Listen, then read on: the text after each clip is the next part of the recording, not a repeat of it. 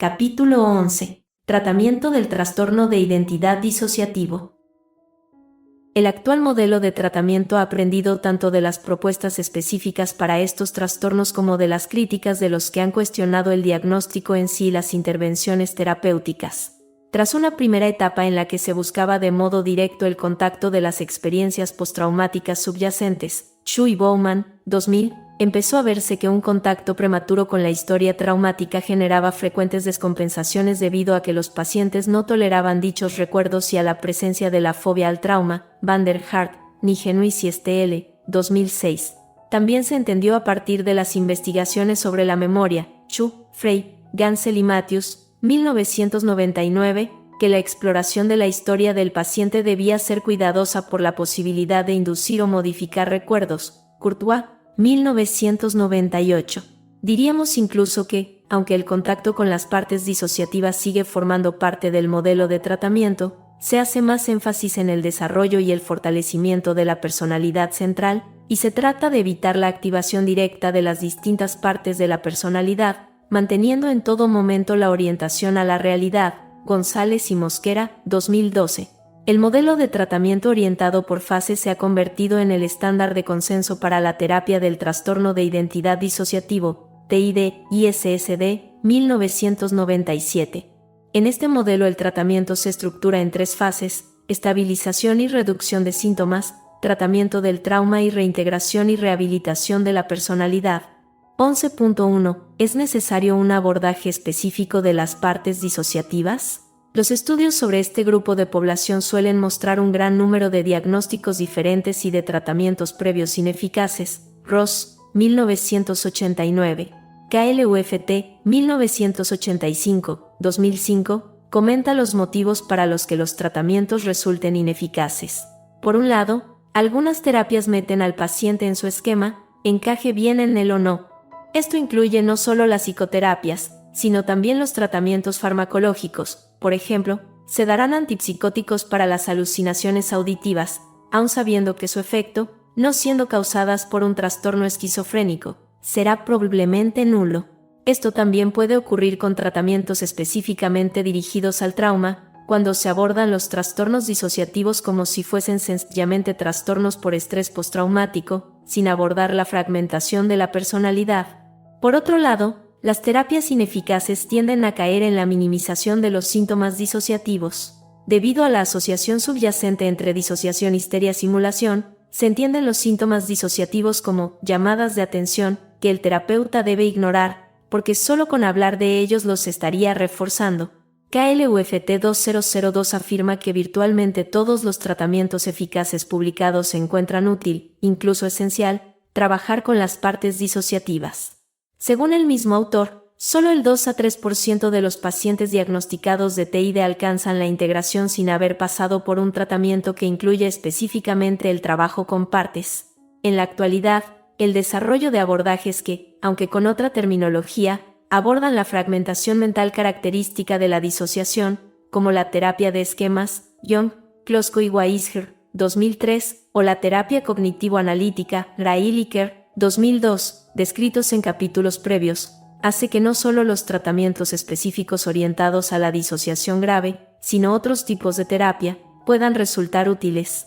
Aún así, pensemos en varios escenarios que ilustran el problema clínico, que supone no abordar el sistema de partes disociativas. Un terapeuta refiere que su paciente presenta frecuentes estallidos en los que a veces se pone agresivo con sus conocidos, y otras veces se pone en riesgo a sí mismo de diversos modos. En consulta habla con la parte aparentemente normal del paciente, pero no se comunica con la parte emocional desde la que salen los impulsos auto- y heteroagresivos.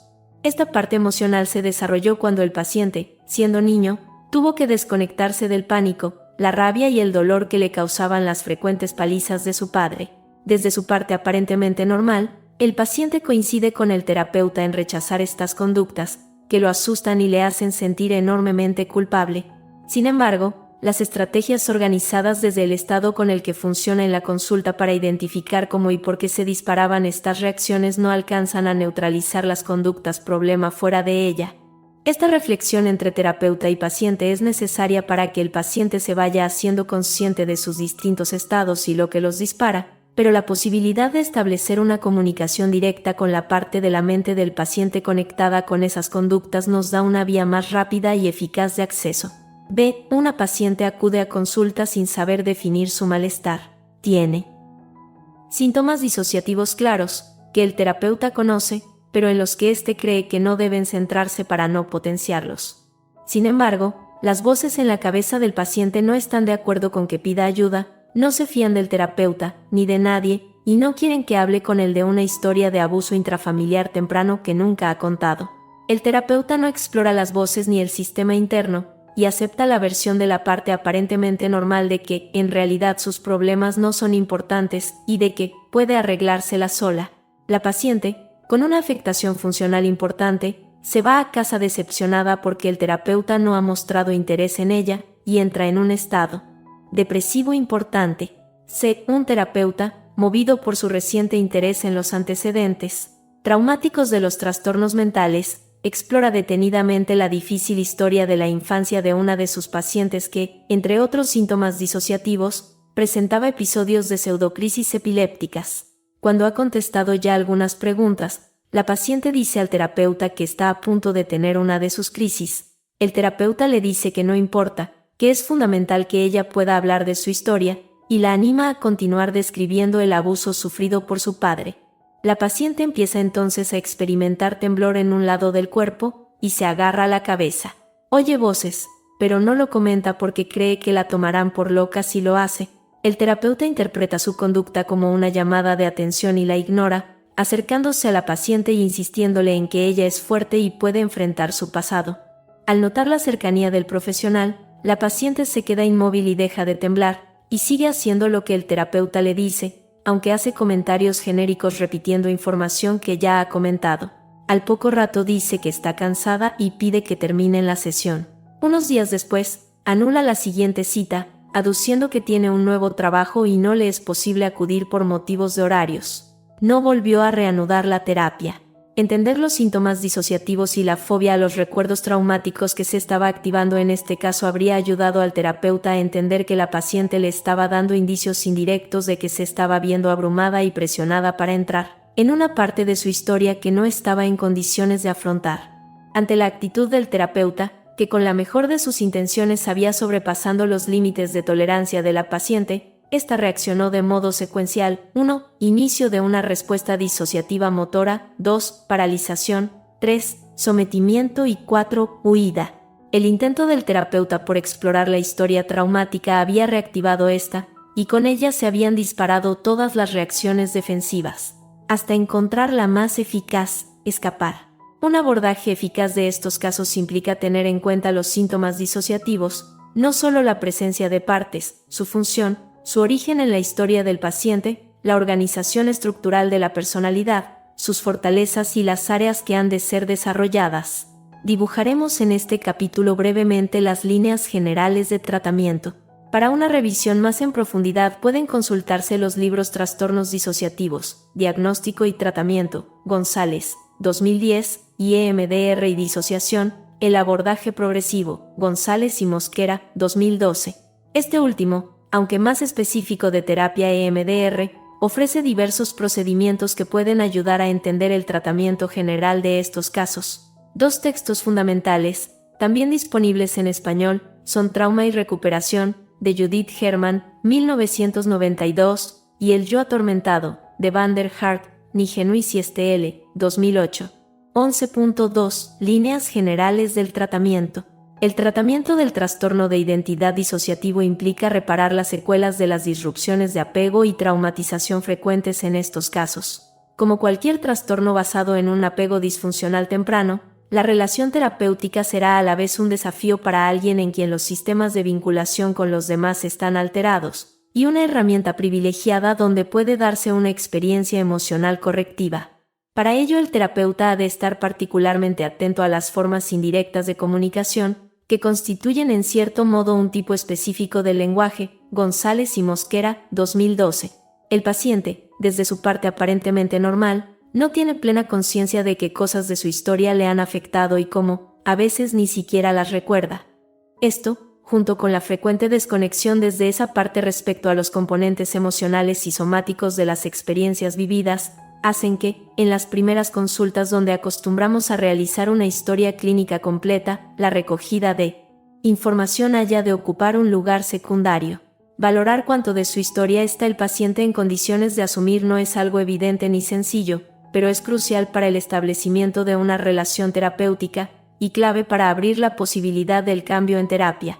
Explorar la sintomatología disociativa, en cambio, suele tener un efecto beneficioso inmediato. Muchos pacientes verbalizan alivio por poder hablar con normalidad de síntomas que les hacen sentir raros o locos, o porque se les pregunte por una parte importante de lo que genera su malestar y de lo que muchas veces no habían podido hablar a nadie.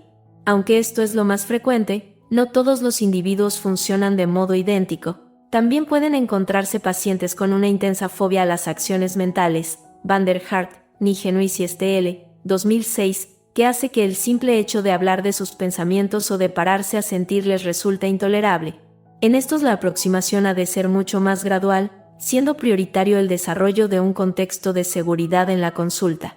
Identificar las partes disociativas, hacer mapas de las mismas, entender su función y la relación de unas con otras es un procedimiento útil para la estabilización de los pacientes. En esta exploración, sin embargo, hemos de dar la razón a algunas de las críticas de Piper y Merksey 2004, quienes describen problemas con abordajes que promueven la activación de las partes disociativas. El trabajo con partes ha de ser, en nuestra opinión, llevado a cabo siempre desde el yo adulto del paciente, González y Mosquera, 2012, estimulando su capacidad reflexiva, su orientación al presente, su perspectiva adulta. La comunicación con las partes ha de hacerse a través de este yo adulto, de cara a que sea el paciente el que vaya adquiriendo la capacidad de mirar lo que hay en su interior, entender sus pensamientos, impulsos y sensaciones, darse cuenta de sus necesidades y aprender a buscar su satisfacción de un modo sano. Los abordajes en los que el terapeuta trata de hablar directamente con las partes disociativas han ido cayendo en desuso, ya que el paciente puede perder la orientación a la realidad y entrar en estados regresivos sin ningún beneficio terapéutico, y porque se pierde la posibilidad de ir integrando desde un yo central los distintos estados. El objetivo global del tratamiento es lograr una personalidad integrada, con una metaconciencia, un yo observador capaz de pensar y sentir sobre toda la experiencia interna, el pasado, el presente y el futuro.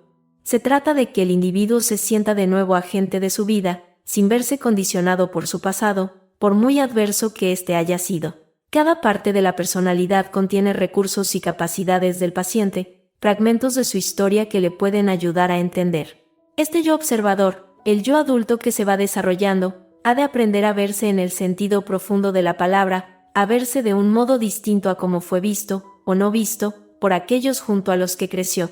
Ha de mirarse con aceptación incondicional, sin importar qué emoción siente, qué recuerdos vienen a su mente o con cuánta perfección hace las cosas. Aunque el paciente, en los casos más extremos de TID, nos hable de un demonio que tiene dentro y que le obliga a hacer cosas, como terapeutas sabremos ver debajo de la rabia acumulada en esa parte todo el dolor del daño sufrido.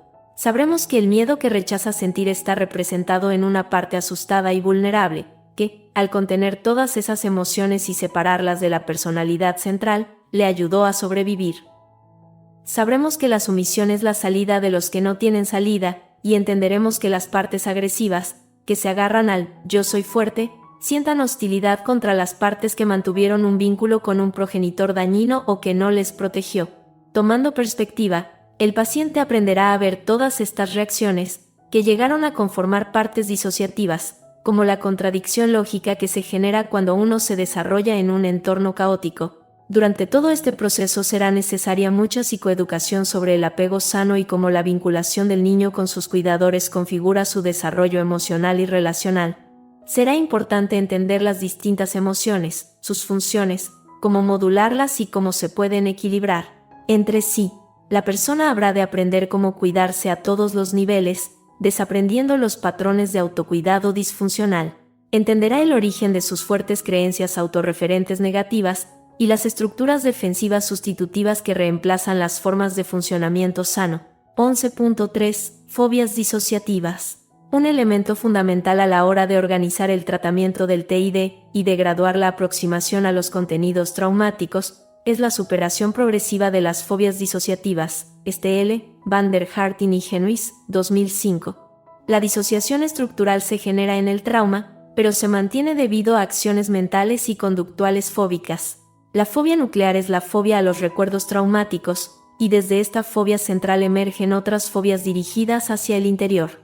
Marilyn Van der Burg 2004, una superviviente de incesto, describe esto muy gráficamente. Era incapaz de explicarle a nadie por qué estaba tan amarrada, encerrada y desconectada de mis sentimientos. Estar en contacto con mis sentimientos hubiese significado abrir la caja de Pandora. Sin darme cuenta, luché para mantener separados mis dos mundos. Sin saber por qué, yo hice no solo seguro, sino imposible, que nada atravesara la barrera que yo había creado entre la niña de día, Pan, y la niña de noche, P. La reacción fóbica ante los recuerdos mantiene a estos aislados de la vida cotidiana y al margen del resto de los contenidos mentales. A veces esto se generaliza a todo lo que represente sentir, pensar, notar el cuerpo o recordar el pasado. Mirarse para adentro, cuando hay ahí cosas que se viven como inmanejables e inasumibles, es aterrador. El individuo evita cualquier tipo de autoanálisis y vive en la superficie, en un como si, que a veces alterna con la emergencia incontrolada de impulsos, emociones o síntomas. Esto sería lo que en la teoría de la disociación estructural se llama la fobia a las acciones mentales. Otra fobia relevante es la fobia a las partes disociativas. Hay partes de la personalidad que el paciente rechaza, evita o teme. Puede asumir algunas partes de sí mismo, por ejemplo, puede aceptar su parte cariñosa, ser una trabajadora eficiente o una buena madre, pero la rabia acumulada en su parte más agresiva, centrada en un sistema de acción de lucha, y más centrada en recuerdos de situaciones de agresión y abuso que el resto de las partes, le resulta inasumible. ¿Cómo aceptar ver en ella una rabia tan inmensa como la de aquella persona que arruinó su infancia? O puede rechazar su yo vulnerable, porque representa la debilidad, y debido a eso le hicieron daño. Conectar con la vulnerabilidad se asocia así a desprotección y peligro. Cuando algunas partes disociativas contienen elementos de figuras abusivas, la fobia a estas partes es un reflejo del temor, el odio, el rechazo o en general de cualquier reacción negativa hacia la persona real a la que se asemejan. Otro elemento que también despierta una reacción fóbica es el vínculo de apego, que generalmente ha estado contaminado con algún tipo de amenaza, física o emocional. De modo que establecer conexiones, por ejemplo con el terapeuta, puede despertar el temor y la evitación, y secundariamente la rabia y la hostilidad. Internamente, las partes centradas en la rabia o el miedo pueden sentir un gran rechazo hacia las partes que mantienen el apego, muchas veces a través de la idealización, con un cuidador abusivo o negligente. Estas fobias suelen aparecer en las primeras etapas del tratamiento, activándose más adelante, cuando los contenidos traumáticos empiezan a ser más accesibles, la fobia nuclear al trauma, que está en la base de la disociación. Por un lado, el paciente tiene la necesidad de volver atrás y revisar su historia. Por otro, siente que si lo hace será como volver a vivirlo, y no podrá soportarlo. Siente que se volverá loco o se morirá si lo hace. No es necesario que los recuerdos sean de la envergadura de un abuso sexual. Muchos momentos, ocurridos en etapas muy vulnerables del desarrollo, sin cuidadores consistentes que puedan amortiguar el efecto de las experiencias, pueden producir una traumatización similar. Pequeños eventos ocurridos en la relación de apego pueden ser psicológicamente devastadores. El manejo de esta fobia, guardando un equilibrio entre no forzar la capacidad del paciente y ayudarle a confiar en sus posibilidades para mirar de frente su historia y resolverla, es fundamental para poder trabajar sobre los recuerdos traumáticos. Si bien el tratamiento del trauma en las primeras etapas puede ser altamente desestabilizador, sin abordar estas experiencias es improbable que pueda conseguirse una resolución completa y sólida de los problemas del paciente, pero con el trabajo con el trauma no se termina el tratamiento del paciente. Es posible que gracias al trabajo con partes de las primeras etapas y al procesamiento posterior de los recuerdos perturbadores, la personalidad del paciente esté ya mucho más integrada y organizada. Muchas veces, sin embargo, ha de continuarse reorientando al paciente hacia su vida presente y ayudándole a adquirir recursos para manejarla. La propia vida normal puede dar miedo, con lo que supone de cambio, de vivir la intimidad, de asumir riesgos saludables y de mirar el futuro con un optimismo realista. La complejidad del proceso terapéutico puede verse ejemplificada en el último caso, donde el trabajo con partes, las intervenciones sobre patrones de autocuidado, el procesamiento de las fobias disociativas y el trabajo fraccionado con los eventos traumáticos son introducidos de modo progresivo en una intervención que combina el modelo de procesamiento adaptativo de información de la terapia EMDR, Sapiro, 2001, con la teoría de la disociación estructural de la personalidad, Van der Hart, Nigenuis y STL, 2006.